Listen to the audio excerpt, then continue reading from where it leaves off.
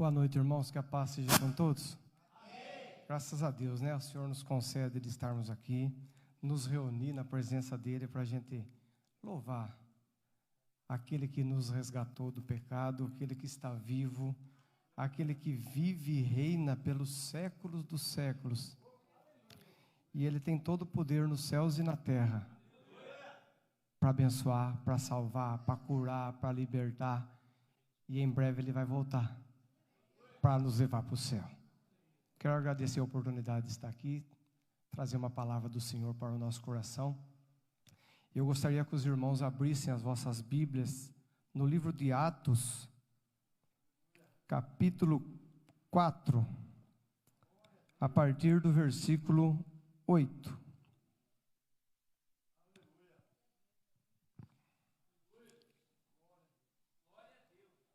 Aleluia.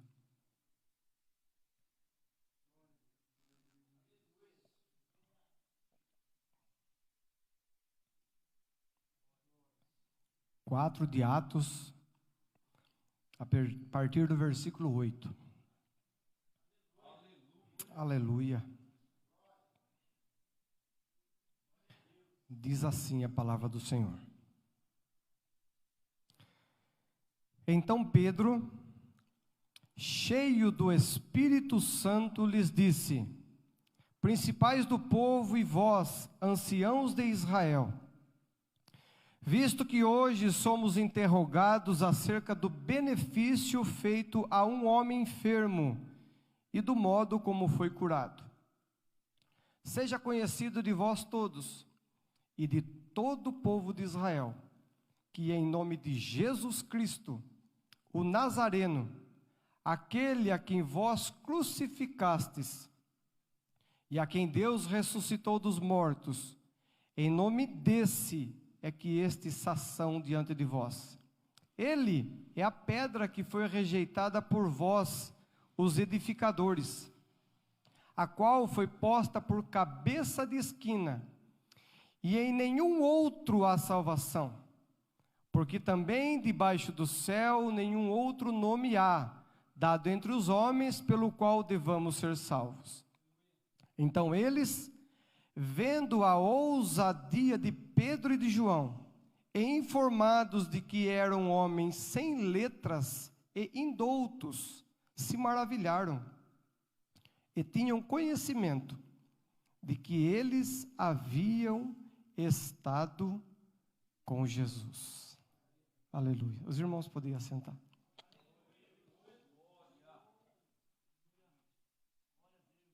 O tema sobre avivamento é algo importantíssimo na nossa vida. Diante do cenário político, religioso, o bispo acabou de comentar, diante de guerras, diante de tudo o que vem acontecendo, só um avivamento é que pode tirar aquilo que está se apagando, reavivar e trazer algo de benefício para a igreja, para o mundo e para cada um de nós. O que significa avivar? Avivar, ela é como se fosse aquele fole que você assopra num carvãozinho, que está quase se apagando, mas tem uma brasinha ali. Então você faz aquele assopro, e aquela brasa que está se apagando, ela começa a voltar a pegar fogo. E é isso que nós precisamos, desse sopro de Deus na nossa vida. Para aquilo que tem uma brasa ali, mas precisa de fogo. A brasa está lá. Então precisa daquele fole, do sopro divino, do sopro do Espírito para chamegar aquilo que está se apagando. Todo cristão, todo aquele que crê em Jesus, todo aquele que se arrependeu dos seus pecados, todos aqueles que buscam obedecer a palavra de Deus, ele já possui o Espírito Santo. Isso é fato. Ninguém pode fazer parte do corpo de Cristo se não tiver o Espírito Santo dentro dele. Então todos aqueles que creram possuem o Espírito Santo. Só que uma coisa é nós possuirmos o Espírito Santo. a outra é o Espírito Santo nos possuir. Uma coisa é nós termos o Espírito Santo, a outra coisa é sermos cheios do Espírito Santo. E nós poderíamos falar a respeito de avivamentos que houve na história, século 17, século 19, século 20, houve avivamentos maravilhosos. Mas eu quero estar trazendo para os irmãos acerca de um homem na Bíblia, que quando nós olhamos para ele, é como se nós olhássemos no espelho e víssemos a nossa situação. Esse homem é o apóstolo Pedro. Este homem andou com Jesus, ele viu as maravilhas de Jesus, só que ele titubeava às vezes. E uma hora ele estava de um jeito, outra hora ele agia de outro, uma hora ele estava com medo, uma hora ele estava ousado. E se nós olharmos para Pedro, nós somos iguais a Pedro. Pastor Hernandes vai falar que nós temos o DNA de Pedro. O sangue de Pedro, ele corre em nossas veias. Então eu quero, com a graça de Deus, trazer para os irmãos a importância, a necessidade e o que faz nós sermos cheios do Espírito Santo. Nós vamos ver Pedro, ele vai fazer duas confissões lindas nos evangelhos. Uma delas está no Evangelho de João, capítulo 6, onde Jesus começa a pregar, a falar que ele é o pão da vida, aquele que não comer da minha carne, não beber do meu sangue, não tem vida em vós. E aquele povo começa a ouvir Jesus pregar e eles começam a se retirar. É duro esse discurso, eles falavam, não dá para ouvir isso.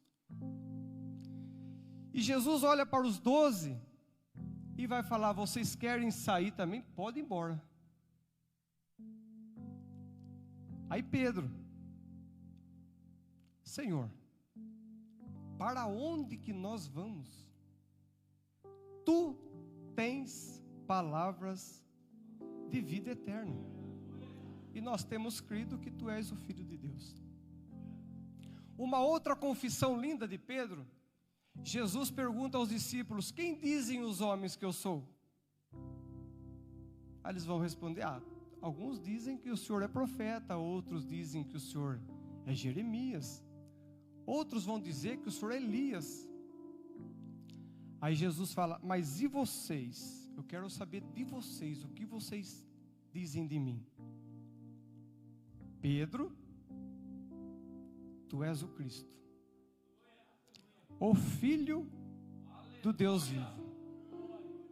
E nós somos assim às vezes, nós estamos às vezes na igreja e nós adoramos a Deus de uma forma tão linda.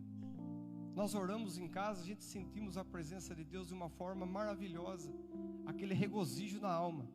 Só que depois que Pedro disse essa confissão, pouquinhos minutos depois, ele foi repreendido por Jesus, por querer tirar Jesus de ir até a cruz.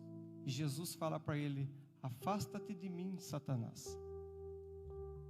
Então Pedro, naquele momento, ele faz uma confissão e depois ele faz algo que não deveria ter feito. E muitas das vezes nós somos assim. Nós fazemos algo às vezes lindo para Deus, louvável, mas depois a gente acaba dando uma escorregada e a gente acaba desagradando a Deus. E Pedro, nós vamos ler no Evangelho, Pedro ele também era inclinado a ser egoísta. Certa vez chegou um moço jovem, um rico, chega para Jesus e fala assim: mestre, o que eu faço para receber a salvação? Aí Jesus começa a dialogar com ele: você deve fazer isso, isso tudo eu faço, desde a minha infância. Muito bem, então pega tudo que você tem, venda, dê aos pobres e segue-me.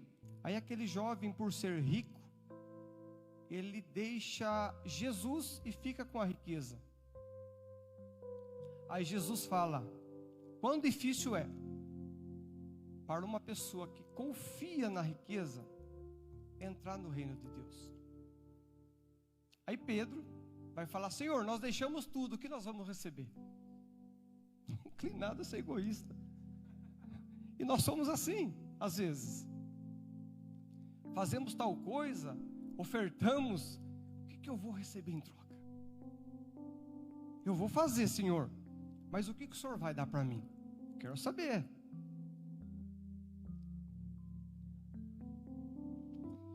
Pedro, ele também era lento para compreender as coisas espirituais. Certa feita, em João 13, momento que Jesus passa somente com os discípulos, Jesus, após a ceia, ele vai tirar suas vestes, vai se cingir com uma toalha e vai começar a lavar os pés dos discípulos e a enxugar. Ele vai em Tiago, vai em Bartolomeu, vai em João. Na hora que chega no pé de Pedro, não, no meu não. Imagine. Jamais que o Senhor vai lavar meus pés. Imagine, irmãos, Pedro viu mulheres se derramando aos pés de Jesus, enxugando os seus pés com os seus cabelos. Agora Pedro fala: o Senhor lava meu pé, mas nem pense nisso.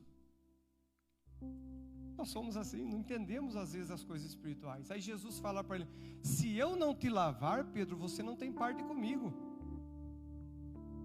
Aí Pedro já exagera: então você lava tudo, Senhor, lava a cabeça, lava o pé, dá um banho nesse homem aqui. Aí Jesus fala: vocês não precisam, vocês só precisam lavar os pés, porque do mais todo está limpo. E Pedro também, irmãos, ele era um pouco dorminhoco. Ele gostava de dar um cochilo, em vez de orar. Dormir é bom. Só que algumas vezes que ele subiu ao monte com Jesus para orar, ele dormia. No momento mais crucial de Jesus, aonde ele entra no jardim do Getsemane, ele começa a suar gotas de sangue. Ele orava, ia para os discípulos dormindo. Quem estava lá? Pedro. Mas vocês não conseguem nem uma hora orar? Nem uma hora? Vigiem para que vocês não caiam em tentação. Jesus voltava a orar, voltava lá, eles estavam dormindo, e Pedro estava lá dormindo. Nós não somos assim, irmãos? Quem nunca dormiu orando? Eu várias vezes. Acordava com dor no joelho, mas não de orar, de dormir. Até formiga a perna. Nós somos assim, irmãos. Fale, ou será que é só eu que durmo? Será que é só eu que estou dormindo? E Pedro também era medroso. A Bíblia fala em João 20, que após a crucificação, a morte de Jesus, eles se trancaram no cenáculo com medo dos judeus. Eles estavam com medo. Medo de quem? Medo dos homens. Medo do que os homens vão fazer, do que os homens vão pensar. O Senhor deles estava morto. Eles estavam sozinhos.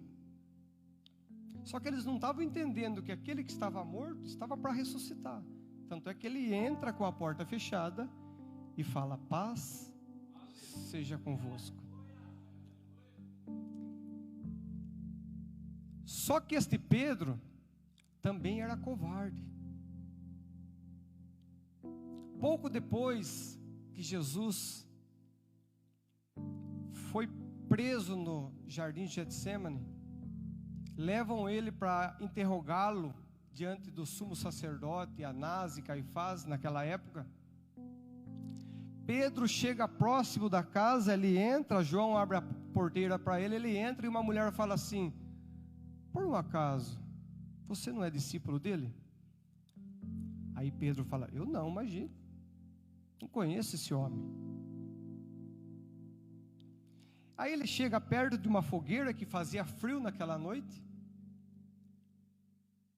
Aí chega uma outra pessoa e fala assim: viu, por um acaso, parece que eu vi você lá no horto com ele. Não, eu falo: mas nem conheço esse homem, não sei quem é. Aí chega outro e fala assim: viu, eu conheço você, você é discípulo de Jesus, até a tua fala denuncia. Olha que gostoso, irmãos, ouvir isso, que a nossa fala é igual a de Jesus. Mas Pedro faz o quê? Começa a praguejar: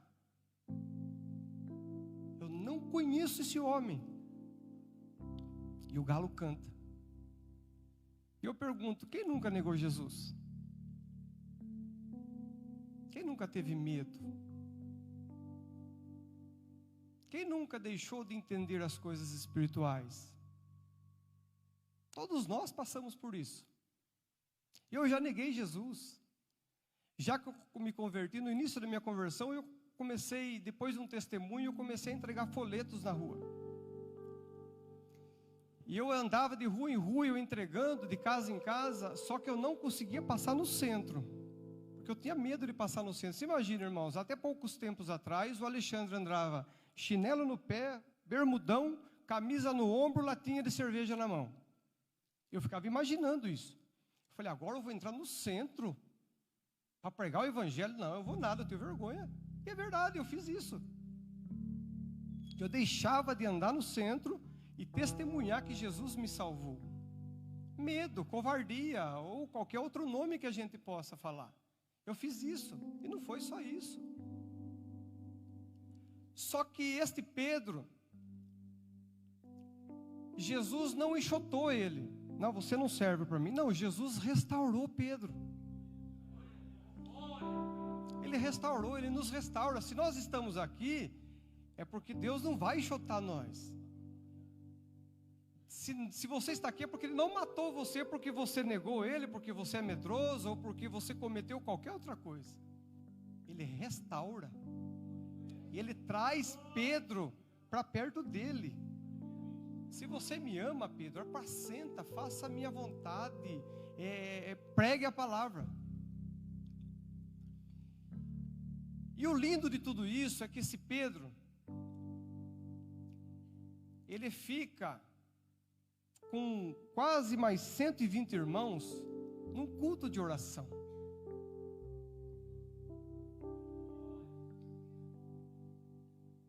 E este culto de oração dura 10 dias.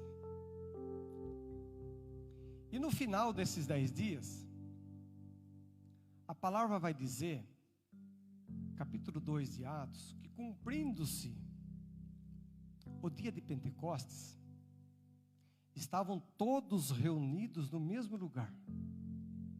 Olha que importância que é nós nos reunirmos no mesmo lugar.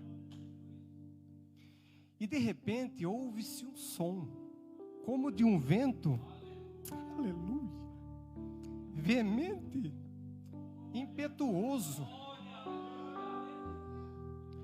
E a Bíblia diz que encheu toda a casa onde eles estavam. E foram vistas por eles línguas como repartidas de fogo, e pousaram sobre cada um deles. E a Bíblia continua dizendo, e todos foram cheios do Espírito Santo de Deus e começaram a falar em outras línguas, conforme o Espírito concedia. Aleluia! A importância de nós nos reunirmos. Aleluia! E todos, quase 120 pessoas, todos foram cheios do Espírito Santo de Deus. E ali em Jerusalém, devido à festa, havia muitos judeus da Mesopotâmia, do Ponto, da Ásia, árabes. Eles vinham até a festa. Era uma multidão enorme. E eles começavam a olhar aquilo lá e falar assim, meu Deus, mas o que é isso? Eles olhavam para o outro e falavam, mas o que é isso? Não estou entendendo isso. Eles não são galileus, esses homens? Como eles estão falando na nossa própria língua, falar das grandezas de Deus? Eles começavam a ficar olhando um para o outro e ficavam pasmos, ficavam assim admirados com aquilo. O que quer dizer isto? Aí outros falavam, viu, eles estão cheios de mosto, estão embriagados. Começaram a zombar. E acontece isso. Porque muitas das vezes nós estamos na casa de Deus reunidos, a presença de Deus maravilhosa, começamos a glorificar a Deus, às vezes passa a pessoa e fala, esses crentes estão tudo louco. Eu já falei isso. Agora veja comigo, irmãos, eu quero ler bastante versículo com vocês. capítulo 2. Acompanhe comigo o versículo 14.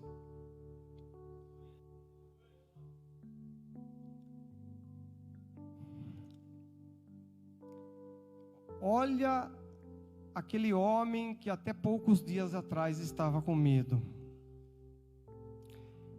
2,14. Pedro, porém, pondo-se em pé com os 11, levantou a voz e disse-lhes: varões judeus, e todos os que habitais em Jerusalém, seja-vos isto notório e escutai as minhas palavras. Ele se levanta no meio daquela multidão. Até pouco tempo atrás ele estava escondido por causa dos judeus. Estes homens não estão embriagados como vocês estão falando, sendo a hora terceira do dia, sendo 9 horas da manhã. Mas isto foi dito pelo profeta Joel. E nos últimos dias acontecerá, Deus, que do meu espírito derramarei sobre toda a carne. Os vossos filhos, as vossas filhas profetizarão. Os vossos jovens terão visões, e os vossos velhos sonharão sonhos. É uma promessa de Deus isso. Versículo 21. E acontecerá que todo aquele que invocar o nome do Senhor será salvo. Olha o 22. Varões israelitas, escutem essas palavras. A Jesus Nazareno, varão aprovado por Deus entre vós, com maravilhas, prodígios e sinais que Deus por ele fez no meio de vós, como vós bem sabeis. Olhe o Pedro medroso e covarde. A este que vos foi entregue pelo determinado conselho e presciência de Deus, tomando-o, vós o crucificastes e matastes pelas mãos de injustos, ao qual Deus ressuscitou soltas as ânsias da morte, pois não era possível que fosse retido por ela. Este Pedro medroso agora fala assim, vocês mataram ele. Aquele que no meio de vocês estava fazendo sinais e maravilhas, vocês pegam ele, entregam na mão de Pilatos, o injusto, e vocês matam pela mão de ímpio. Irmãos, até pouco tempo atrás ele era medroso. Veja o versículo 32. Deus ressuscitou a este Jesus, do que todos nós somos testemunhas. Até há menos de 60 dias atrás ele estava falando assim: eu não conheço esse homem, eu não sei quem é ele, com medo, covarde. Agora aqui ele fala: não, eu sou testemunha da sua ressurreição. Vocês podem me matar, mas ele é o meu Senhor e ressuscitou, está vivo, e eu conclamo e aprovo isso. Que diferença. 33, de sorte que, exaltado pela destra de Deus, e tendo recebido do Pai a promessa do Espírito Santo, derramou isto que vós agora vedes e ouvis. Versículo 36, saiba, pois, com certeza, toda a casa de Israel, que é esse Jesus, a quem vocês crucificaram, Deus o fez Senhor e Cristo. E aqueles judeus começaram a ouvir isso, e eles começaram a falar, começaram a afligir no seu coração, a convicção do pecado caiu neles. Eles falam: varões, o que nós devemos fazer então? Qual é a atitude nossa? Pedro: arrependei-vos, e sejam cada um de vós batizados no nome de Jesus, para perdão dos seus pecados. 39, porque a promessa vos diz respeito a vós, a vossos filhos, e a todos os que estão longe, somos nós, irmãos, a tantos quantos Deus, nosso Senhor, chamar. Esta promessa não está destinada somente aos apóstolos. Esta promessa é para nós também. Essa promessa de sermos cheios do Espírito Santo é para mim, é para você, é para nós. E olha olha o resultado disso. 41. De sorte que foram batizados os que de bom grado receberam a sua palavra. E naquele dia agregaram-se quase 3.000 almas. Coisa linda. Aquele homem medroso se levanta com intrepidez, com ousadia. Coloca o dedo na ferida. Ele não ficou massageando, ele colocou o dedo na ferida. E a pregação, ela vem como um dedo na nossa ferida, irmãos, porque nós somos pecadores. Se nós estamos aqui porque nós ouvimos um dia que nós pecamos e separados estávamos da glória de Deus. Aí nós fomos justificados gratuitamente pela sua graça, pela redenção que há em Cristo Jesus. Na ferida foi a palavra, porque a palavra ela fere, mas ela também cura. A palavra ela cura. Ela é apta para discernir as intenções do coração. E ela é poderosa para salvar, porque não é palavra minha, não é palavra do homem, é a palavra de Deus.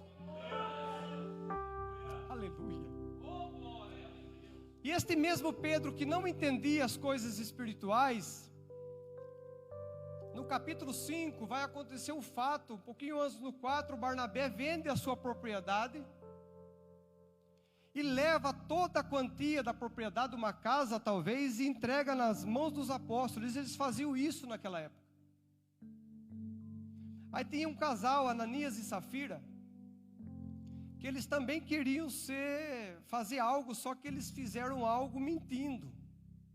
Eles venderam as suas propriedades, porém, vamos falar em valores, vamos supor que ele vendeu por 100.000, e eles pegaram os 50, colocaram no bolso, e falaram para os apóstolos: olha, nós vendemos a nossa propriedade e queremos entregar também. Eles queriam ser bem vistos na igreja. Por quanto que? 50.000. Pegaram os 50.000 e falaram, mentindo que, eu vou ficar bonito na igreja também, eu vou ser bem visto lá. Colocaram os 50.000 na mão dos apóstolos. Eles não precisavam fazer isso, mas eles queriam se aparecer.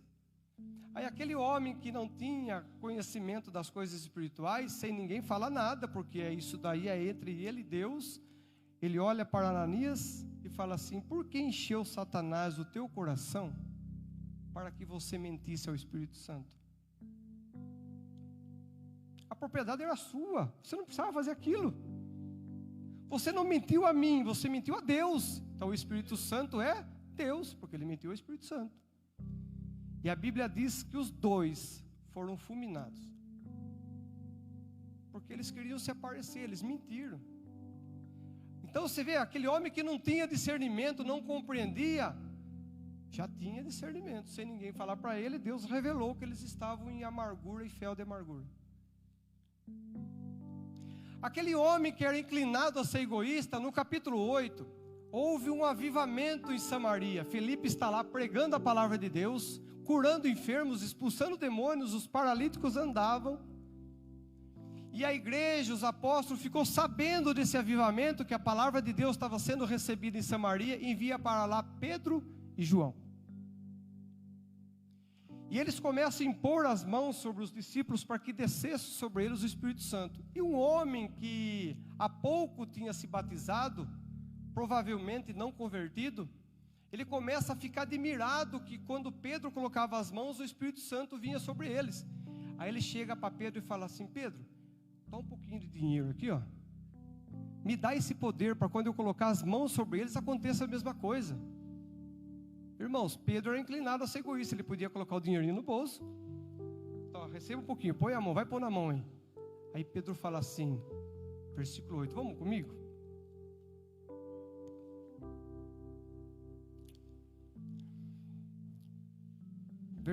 Capítulo 8, versículo 20. Mas disse-lhe Pedro: o teu dinheiro seja contigo para a perdição, pois cuidaste que o dom de Deus se alcança por dinheiro. Tu não tens parte nem sorte nesta palavra, porque o teu coração não é reto diante de Deus. Arrependa-se, pois, dessa tua iniquidade e ora a Deus, para que porventura te seja perdoado o pensamento do teu coração, porque eu estou vendo que você está em fel de amargura e em laço de iniquidade. Irmãos, ele era inclinado a ser egoísta. O que eu vou receber, Senhor? Aí uma pessoa chega para ele, ele fala, não, arrependa-se do que você está fazendo, porque as coisas de Deus não se alcançam por dinheiro. É um dom que Deus dá. E outra coisa linda é que Pedro, aquele Pedro que dormia e não orava, se nós estudarmos do capítulo 1 ao capítulo 11, no 12, ele está preso, a igreja ora por ele. No capítulo 13 já começa a falar do apóstolo Paulo. No capítulo 1, ele passa os 10 dias em oração para receber a promessa, orando. Mas ele não orava, ele só dormia. No capítulo 2, a Bíblia fala que os discípulos perseveravam com os apóstolos, na doutrina dos apóstolos, na comunhão, no partir do pão e nas orações. No capítulo 3, Pedro e João sobem à hora nona no templo para quê? Para orar. No capítulo 4, diante da perseguição, os discípulos se reúnem e pedem ousadia para Deus, para pregar sua palavra, enquanto Deus estendia suas mãos e operava maravilhas. E o local tremeu. E eles foram cheios do Espírito Santo e saíram para pregar a palavra de Deus. No capítulo 5, o fato deles serem homens de oração e pregarem a palavra de Deus, eles foram açoitados. Eles iam ser mortos, Gamaliel começa a dar um conselho, eles são açoitados e eles são falando assim, vocês não preguem mais esse Jesus aí. E eles saem regozijando, por serem dignos de padecerem afronta pelo nome de Jesus. E a Bíblia continua, e todos os dias, na casa e no templo, eles não deixavam de ensinar o nome de Jesus. Capítulo 6, na ordenação dos diáconos, eles falavam assim, vocês vão servir a mesa, mas nós perseveraremos na oração e no ministério da palavra. Não quero mais dormir, eu quero orar. Capítulo 7 vai falar de Estevão. Capítulo 8, diante do avivamento que estava em Samaria, Pedro e João vai lá e põe as mãos e ora pelos discípulos. Capítulo 9, Pedro passa por Lida, ali encontra um homem chamado Enéas, que estava paralítico há 8 anos, deitado numa cama. Pedro ora sobre ele, aquele paralítico começa a andar.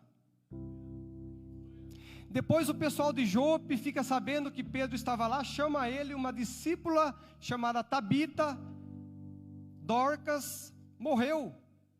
Eles chamam Pedro, irmãos, uma pessoa morre, por que vai chamar eu lá? Pedro vai, desce até Jope, levam ele no quarto acima, onde estava a moça morta. Ele manda sair todo mundo, fica ele com a moça morta. Ele dobra o joelho, levanta, Tabita, levanta. Ela é ressuscitada. Capítulo 10, Cornélio envia homens para buscar Pedro, para trazer uma palavra que o anjo pediu para ele.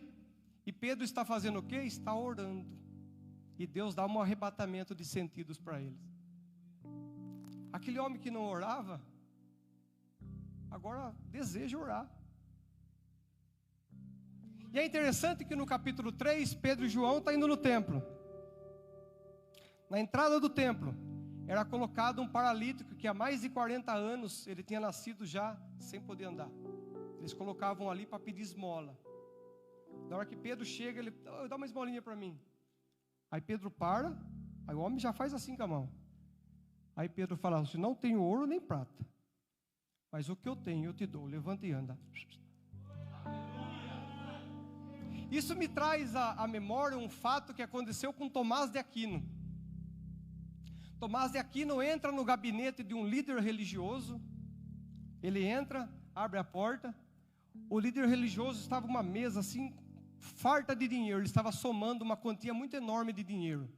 Aí esse líder fala para Tomás, Tomás, agora não precisamos mais falar como Pedro e João. não temos ouro nem prata. Aí quanto ouro que a gente tem? Aí Tomás fala assim, é verdade, mas você não pode falar levanta e anda mais.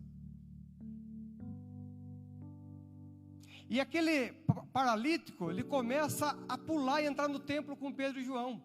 Começa a saltar, irmãos, ele era paralítico. Mais de 40 anos sem andar. Ele entra no templo e começa a pular de alegria, aquela alegria, e glorificar a Deus. E ele se achega perto de Pedro e de João.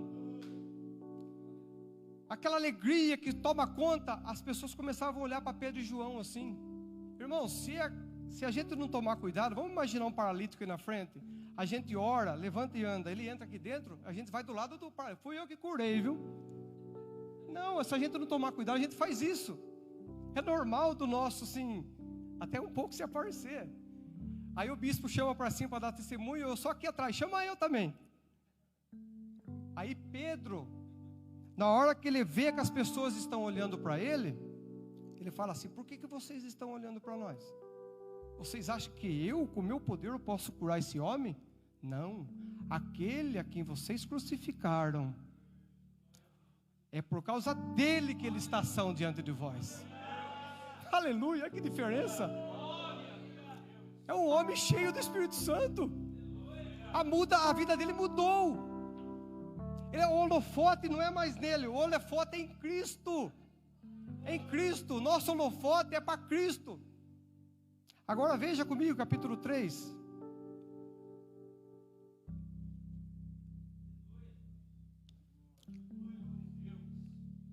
Capítulo 3, versículo 12.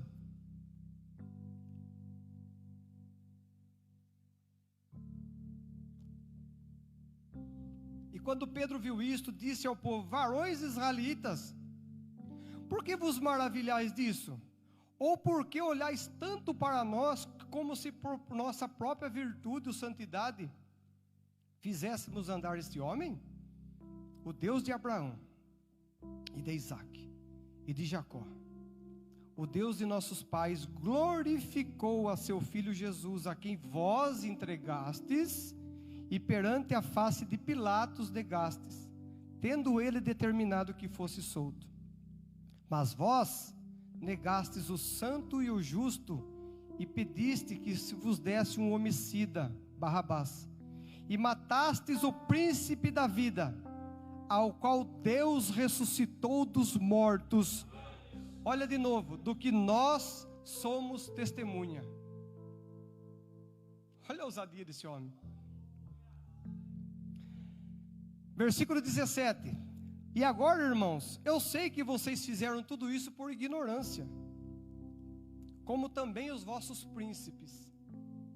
Mas Deus assim cumpriu o que já dantes pela boca de todos os seus profetas havia anunciado, que o Cristo havia de padecer. Agora esse versículo eu amo muito, 19. Arrependei-vos e convertei-vos, para que sejam apagados os vossos pecados. Irmãos, arrependam-se e se convertam. Vocês fizeram por ignorância. Deus não leva em conta o tempo da ignorância, mas Ele pede que todos venham ao arrependimento. 26, versículo. Ressuscitando Deus a seu Filho Jesus, primeiro o enviou a vós, para que nisso vos abençoasse e vos desviasse a cada um das vossas maldades. E olha só o capítulo 4. E estando eles falando ao povo, sobrevieram os sacerdotes e o capitão do templo e os saduceus, doendo-se muito de que ensinassem o povo e anunciassem em Jesus a ressurreição dos mortos. E lançaram mão deles e os encerraram na prisão até o dia seguinte, pois já era tarde. Mas olha o resultado disso, versículo 4. Muitos, porém, dos que ouviram a palavra creram, e chegou o número desses homens a quase 5.000. Podemos ser presos, mas almas foram convertidas. Eu me lembro um fato, eu estava um dia evangelizando na praça, já era passado da meia-noite, eu e o Léo, a gente saía, e eu estava na frente, na época o Bar Chique e o Rancho Fundo, se eu não me engano, era o nome, ou era outro nome. Eu estava na frente ali conversando com o moço, evangelizando ele, pregando, me para 6 viaturas na frente, irmãos. Ele sai com aquelas metralhadoras na mão assim, mão na cabeça todo mundo. Aí eu estava com a Bíblia na mão, com um pacotinho de folheto, eu falei, não, eu estou aqui, não, põe a mão na cabeça. Eu virei assim, uma vergonha, irmãos. Naquele momento eu senti uma vergonha, eu coloquei a mão na cabeça, na parede assim, a Bíblia numa muretinha com os folhetos, e eu falava, meu Deus, o que eu estou fazendo aqui? Que vergonha, pensando comigo. E eu ali naquele momento, aí o homem veio bater a mão em mim assim, né, geral, né? Aí ele falou, o que você está fazendo aqui? Eu falei, eu estou pregando o evangelho, falando do amor de Jesus. Não, você pode sair, vai para lá. Na hora que eu virei, irmão, mas Deus deu uma ousadia para mim, eu virei só policial com espingarda na mão. Eu entregando folheto, assim, arrependa-se, crê em Jesus, arrependa-se, crê em Jesus. Então, às vezes a gente passa por umas situações assim. E eu saí dali e um policial vinha atrás de mim. Ele queria ouvir o evangelho. Aí eu saí dali, uma moça veio chorando, moço, como que pode ser um homem de Deus? Chorando, irmãos, chorando. Ser um moço de Deus, como que pode eles fazer isso com você? É porque eu estou no lugar errado, no momento errado. Nosso lugar está na igreja. Vai para a igreja, viu? Então são situações que acontecem. Mesmo os apóstolos sendo presos, eles glorificaram a Jesus, porque não achou maldade neles.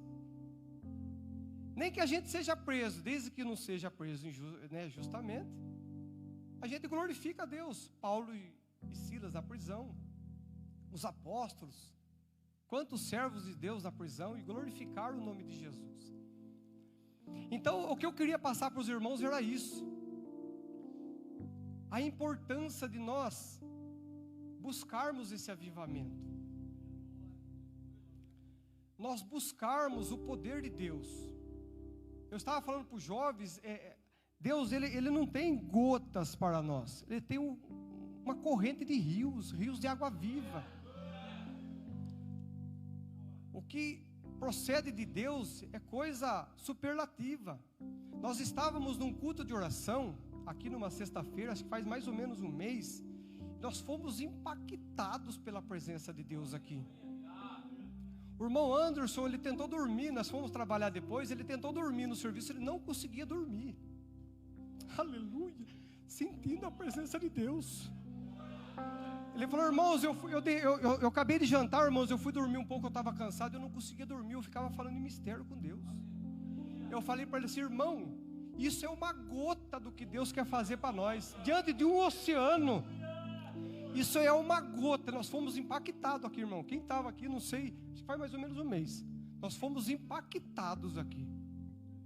E eu falei para o Anderson, Anderson, isso é uma gota do que Deus quer fazer para nós.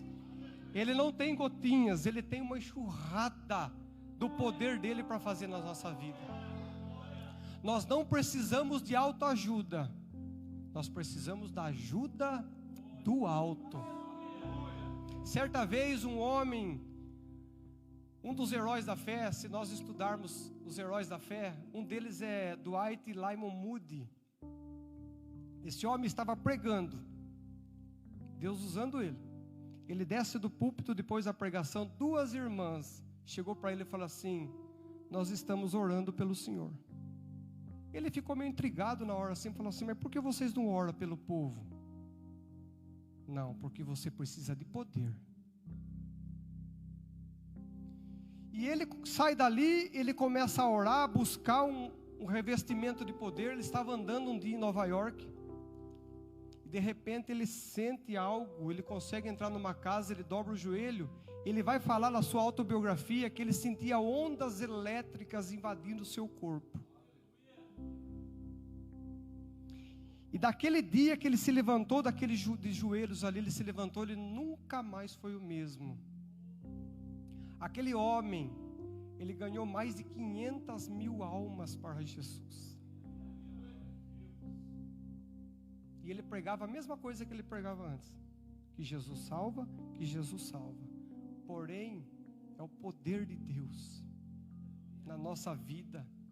é que vai fazer a diferença.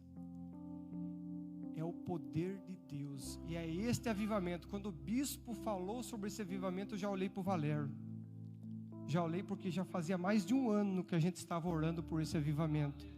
Aí quando o bispo anunciou a campanha, eu falei, meu Deus, é isso que eu preciso.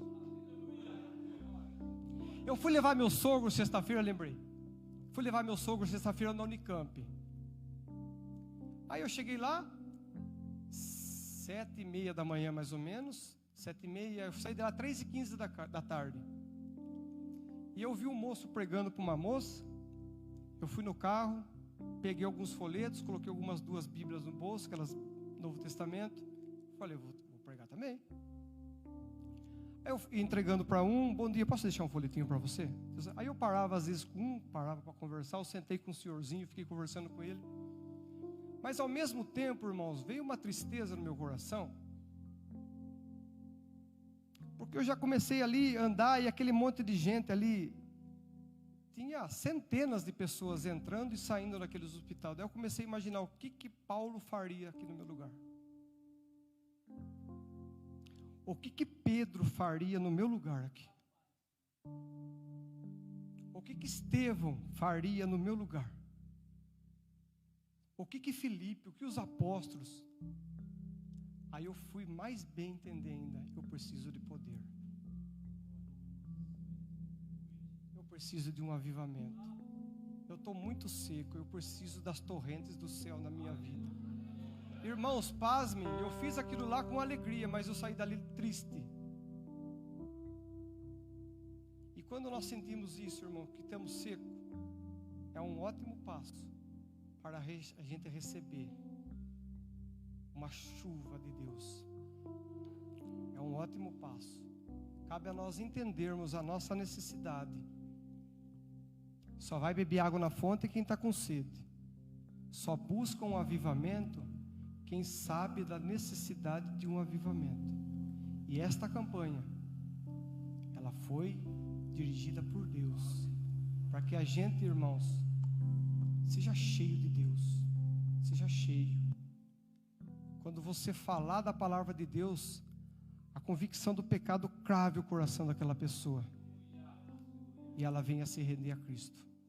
Lembrando que o holofote não é nosso, o holofote é a glória, porque tudo é por Ele, para Ele são todas as coisas. Amém, irmãos? Que Deus abençoe suas vidas, e que Deus nos ajude, para que a gente possa receber este poder, porque este poder é uma promessa. Paulo vai falar assim: não vos embriagueis com vinho em que há contenda. Isso é uma ordem, mas ele dá outra ordem em seguida: mas enchei-vos do Espírito Santo de Deus. Amém? Que Deus abençoe vossas vidas em nome de Jesus.